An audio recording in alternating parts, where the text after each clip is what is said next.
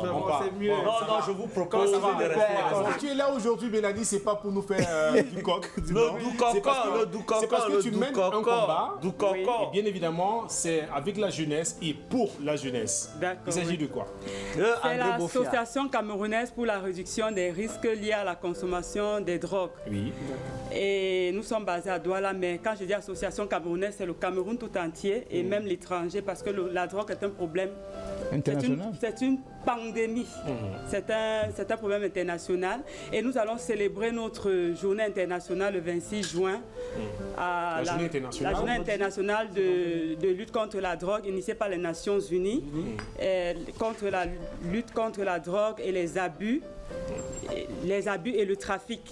Les abus et le trafic. Et le trafic de drogue. Donc, elle sera célébrée le 26 juin dans le monde entier.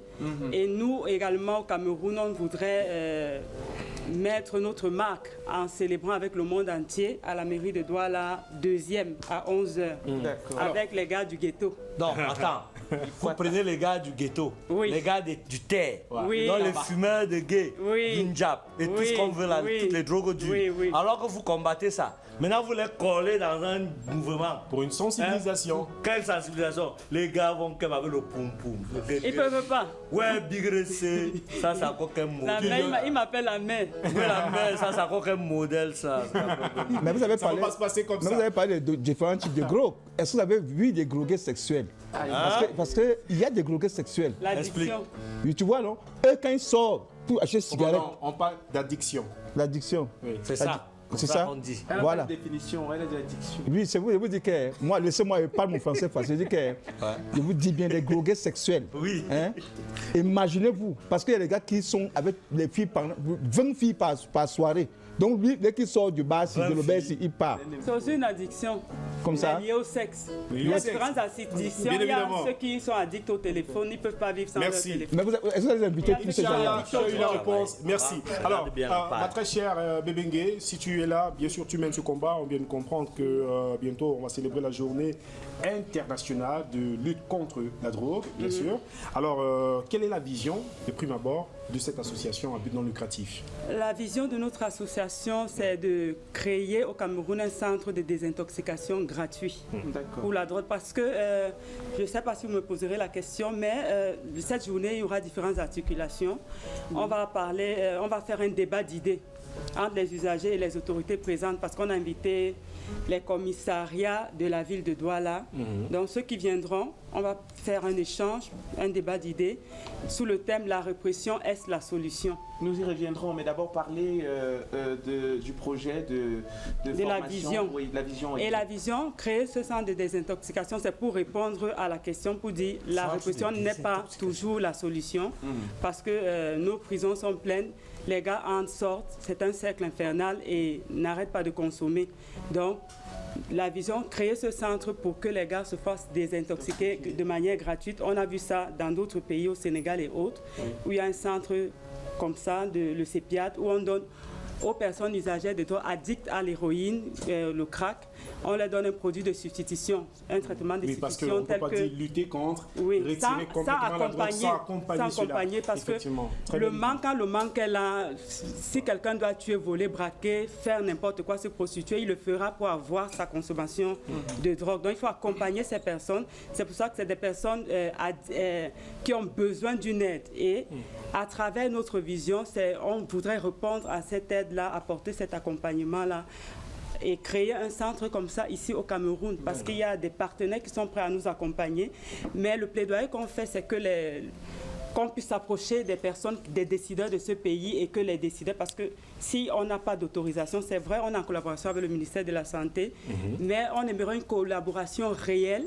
Si cette collaboration est là, ce projet peut voir le jour également au Cameroun, comme il se fait au Sénégal, parce que si tu ne payes plus ta... Ce n'est pas qu'on encourage, la drogue est interdite au Cameroun. On reconnaît le droit régalien de l'État de réprimer. Ça, on ne discute pas avec, mais on dit, est-ce que c'est la solution? Parce que dans nos prisons, ce sont les membres de notre association, ils ressortent, ils recommencent à consommer. Donc ça devient un coût même pour l'État. une charge pour l'État parce que l'État se retrouve en train de nourrir ces personnes, ces bras valides qu'on incarcère et de prendre soin d'eux, de veiller à leur santé. Donc, quand on va incarcérer un enfant qu'on a arrêté parce qu'il a pris son filon de cannabis, on lui fait faire 5 ans de prison. Là-bas, n'oubliez pas que la prison, c'est une université. J'étais à New Bell, je fais mes descentes à New Bell. Et il peut apprendre autre chose là-bas alors qu'il est entré juste parce qu'il a consommé son cannabis. Donc, vraiment, c'est notre vision. Okay.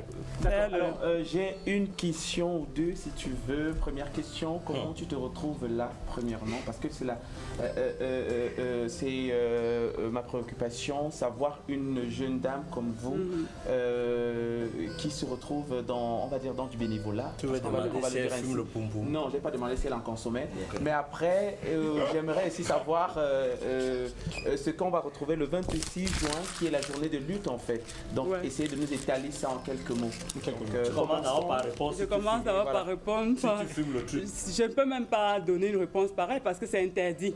Si je dis oui, à la sortie, là, la police va m'arrêter. C'est interdit. Pas oui. Donc, c'est une question que je ne peux même pas répondre à cette question-là.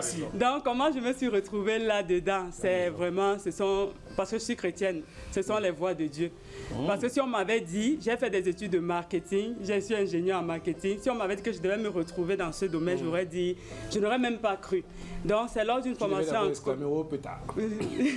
c'est lors d'une formation en Côte d'Ivoire parce qu'il y a quelqu'un qui m'a approché, il m'a dit parce que vous avez suivi une formation en Côte d'Ivoire? Je suis en Côte d'Ivoire au Sénégal, j'ai fait des formations dans la réduction des risques liés à la consommation de drogue. Tu peux pas être dans un domaine, tu sais même pas ce que tu sais même pas les produits, tu dois avoir toutes les informations pour pouvoir parler de quelque chose. Du coup, tu connais toutes les formes. Du tout, notre slogan c'est rien ne peut se faire pour nous sans nous. Même prendre des décisions, il faut connaître ce que les besoins d'un usager de drogue. Peut-être il peut avoir des solutions, d'où le débat qu'on fera. Donc je me suis retrouvée dans cette formation-là en Côte d'Ivoire qui était faite par une organisation internationale Input. Et c'est de là que l'idée est même née de créer l'association parce que c'est une Australienne qui a fait naître l'idée et tout. Moi, et je suis venue implémenter ça au Cameroun.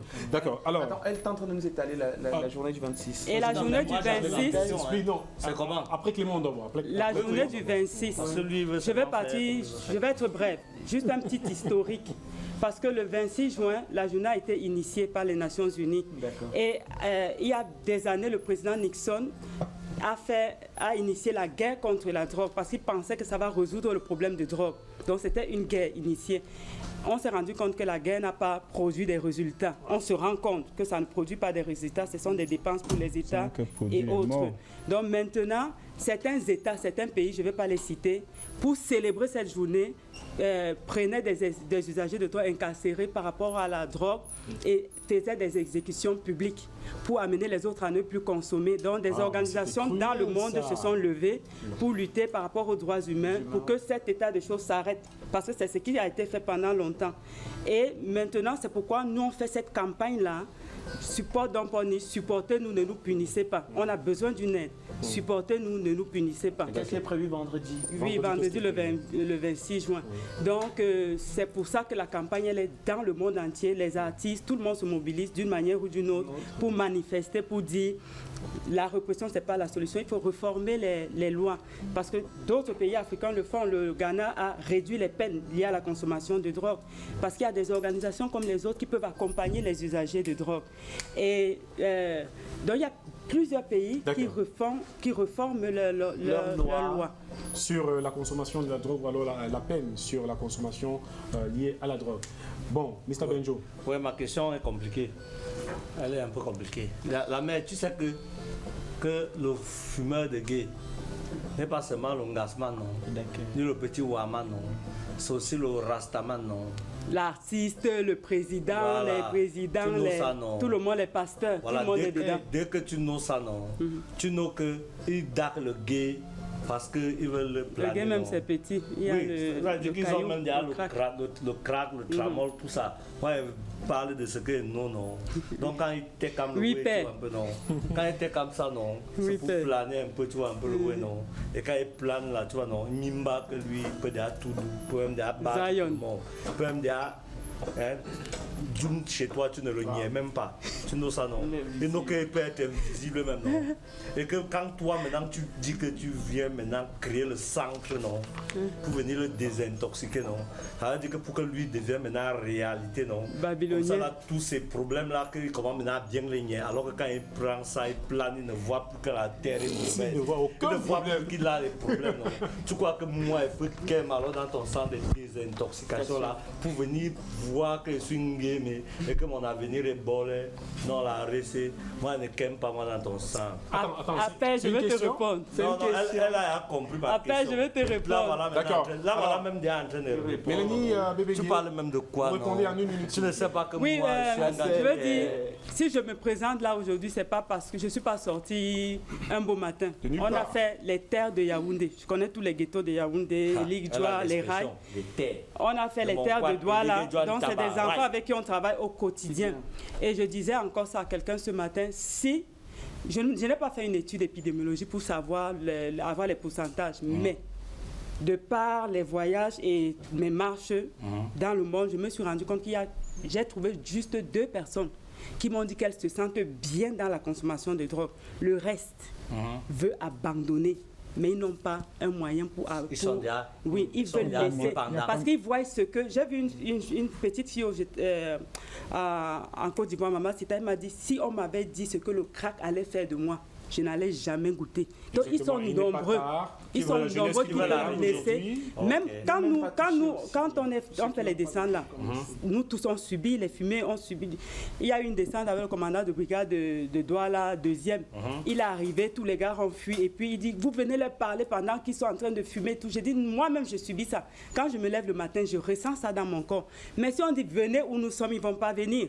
C'est quand on est là-bas dans le ghetto, on parle, tu vas voir quelqu'un, même s'il est zoomé, il fait comme ça. Le message entre. Et puis maintenant, c'est pour ça que je dis, on cherche des moyens pour les accompagner parce que faire abandonner la drogue, c'est la grâce de Dieu. Là, c'est... Est-ce que vous êtes déjà... Quand moi, regarde tes yeux là, tu n'es pas zoomé. Non, pas du tout. Pas du tout. Alors, est-ce qu'à part ça, pardon, vous avez déjà été taxé, non? Quand on parle du terre et tout. Moi, je ne suis pas d'accord avec ce que vous dites que les gars, vous avez été agressés. C'est comme si lorsque quelqu'un prend la drogue, il devient agressif. Moi, je ne suis pas d'accord avec ça. Parce que quand vous allez dans... un consommateur, vous défendez laissez la vie d'un professionnel. Non, je vous dis la vie d'un professionnel, c'est bien quoi? On l'écoute. Je vous dis bien, faut pas... C'est comme si vous êtes en train de dire que lorsque les gars se groquent, ils deviennent des agresseurs. Il y a des personnes qui n'ont pas aucune drogue. La drogue la plus dangereuse même, c'est la pauvreté. Puisqu'il y a des gars qui ne consomment même pas, mais ils prennent des gens chaque soir, ils arrêtent des motos. Il y a des célèbres artistes qui n'agressent pas, qui consomment. Et quand vous dites que le gars s'est zoomé, quand un gars est même zoomé, il ne fout rien, il dort. Quand un gars est franchement zoomé, il dort. Et à côté d'être consommateur de drogue, la plupart pour avoir la dose de la journée, il faut de l'argent. C'est ça que je dis. Il faut forcément passer par là. Sinon, comment il y a ceux qui travaillent leur argent. Moi, j'en connais plusieurs. Je suis quelqu'un, j'en connais plusieurs. Je dis que j'en connais plusieurs. Je ne sais pas pourquoi tu te bats. Non, laissez-moi parler. Oui, je suis un peu. Pourquoi pas? Est-ce qu'il faut mentir? On va t'arrêter si tu affirmes ici. Même si, je dis, même si on m'arrête, on ne peut pas arrêter avec quelque chose. Moi, je vous dis, je vais vous dire quelque chose. Il faut que vous soyez honnête. Il faut faire très attention. Parfois, il ne faut pas s'attacher derrière cela pour dire que c'est le palabre de l'Afrique là-bas. Le palabre de l'Afrique est ailleurs. Ce n'est pas seulement derrière ces grogués. Il y a les grogués. Je vous dis, les vrais grogués, c'est ceux qui prennent notre argent, ils détournent nos fonds. On souffre à les vrais grogués. Vous pensez que les grogués, c'est ceux qui fument? C'est compliqué, c'est ceux qui détournent les fonds. Alors, est-ce qu'à part ça, vous menez une autre activité qui vous fait payer vos factures? Je suis corps et âme vouée à cette activité parce qu'il faut du temps pour être disponible. Qu'est-ce que je gagne? Le gain que j'ai, c'est la satisfaction que j'ai quand quelqu'un me dit merci. Est-ce que le bailleur entend ça à la fin du mois? Dieu merci, le reste, il s'en charge. D'accord. Merci énormément. Numéro de téléphone directement avant de partir. 699 61 65 84.